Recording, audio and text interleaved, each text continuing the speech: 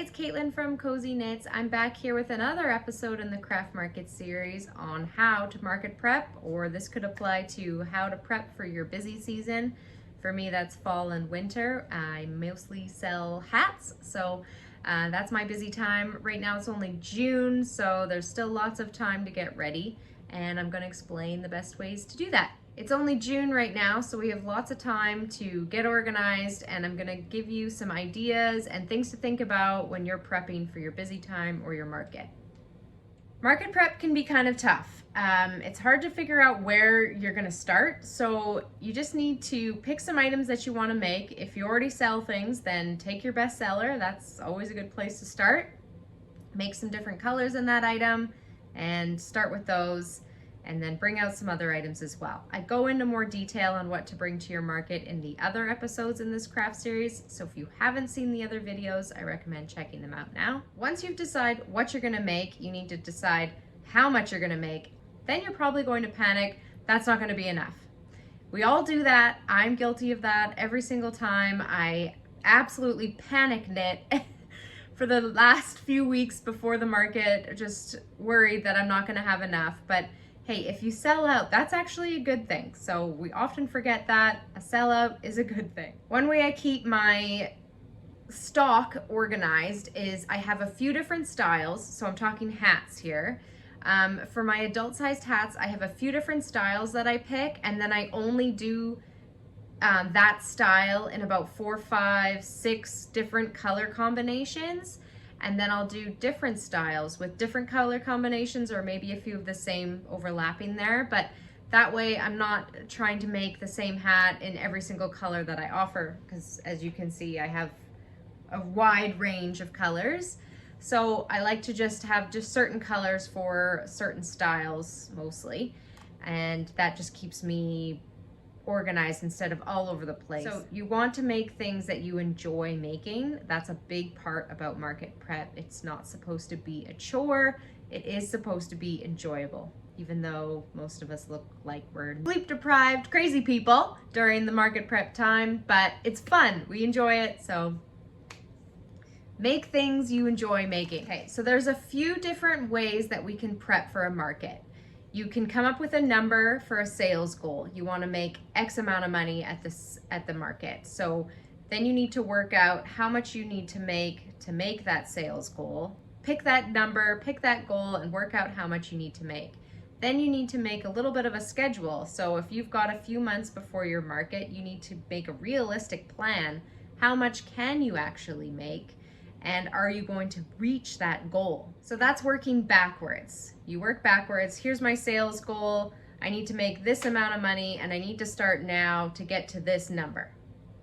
Or you work forwards. Okay, but if I make one thing a day, then I'll have X amount by the time I go to the market. So say that's 50 days. I'll have 50 items. So my sales goal is X, and then that's what you work towards. So you just throw some numbers out there and see what works for you. So you can take your number and work backwards. You can work out how much you can make in the time frame that you have and work out what your sales goal should be from that. And then that's just the numbers you want to work with. Real life gets in the way. You're not gonna be able to set a schedule and stick to it. You know, things come up, you might get sick, or your kids might get sick, or you just don't get to do it every day. You should be taking breaks. It's not really very realistic to be market prepping every single day. Every year, my wrists get really sore and I have to take time off, and I don't want to. But if I've accommodated that time in my schedule, then I don't have to feel so stressed about it. And that's saying, you know, maybe I'm not knitting or crocheting that day. Maybe I'm working on the pile of pricing. I'm putting all the tags on my hat, so it's something that's not hard on my wrists, but it's not giving me more product. And that leads me to my next point. Don't leave a huge stack of work to go through at one time. That's okay if you are working on that stack, you know, daily, every couple days, but if you are just knitting up your hats, if you're just knitting up your hats, they have no palm, they have no tag, they have no hang tag on them, and you just leave them there, you know, oh, I did weave in the ends at least, but the ends to be woven in, and you have a big stack, you know, 20, 30 hats. It is no fun to have to sit there and do all of that work at once. I highly recommend doing all the finishing touches right away or in small stacks, if that's how you want to operate, doing a few piles at a time, but just don't let that pile up on you, because I've done that before and I loathe spending that time. So I keep avoiding it, and then I have to spend hours working on it because I've avoided it for so long. So that's my biggest advice. Don't leave anything to the last minute. Don't leave anything to the last day. I like to be able to do a little mock setup and figure out where I'm going to put my inventory, organize my bins. I'm not usually making anything on the last day of my market prep.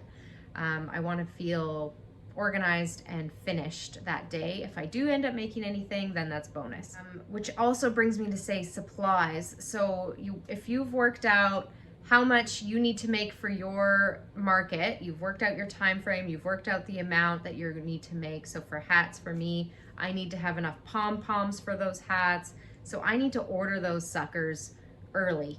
If I wait until the busy time, fall, winter, then colors could be out of stock, the shipping might be slow, who knows. So those kind of things are good to work out as soon as you know you're going to the market, so that you can get your hands on all the supplies you're going to need, and you're not waiting for supplies with inventory that was more or less ready to go, except you don't have the rest of your supplies. So make sure you've gone through everything and you've got enough of what you need, and double check it throughout the market prep time, just so that you're not stuck, which has happened to me before.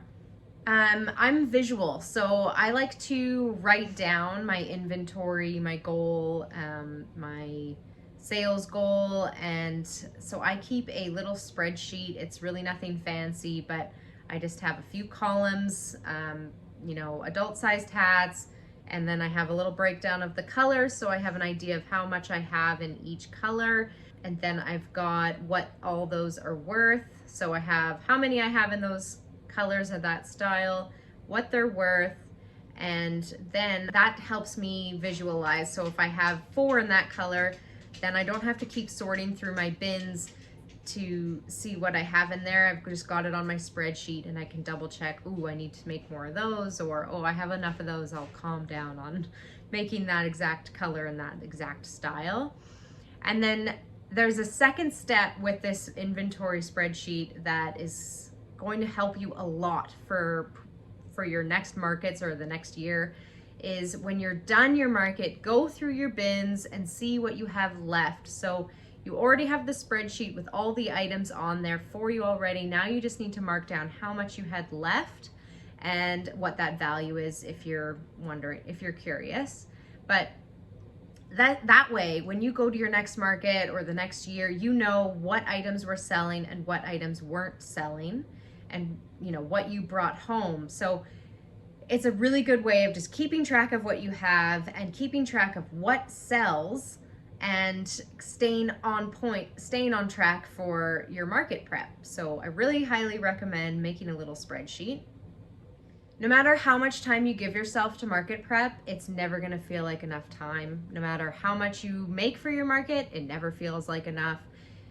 It's stressful, but it is supposed to be fun. So be flexible with yourself, be kind to yourself, give yourself breaks, you know, don't let yourself get burnt out or injured, because if you're injured, then you can't even knit or crochet just for your enjoyment, and it's no fun. So to wrap up this little market prep video, I would say don't panic, have fun, set yourself a goal and try to stick to it, but allow yourself some breaks, allow yourself some flexibility with it, and have fun. This is supposed to be fun. So good luck out there, you guys. And if you have any more ideas or tips and tricks for how to prep for a craft market, then put them down below, or tips and tricks on how to prep for the busy time, fall, winter.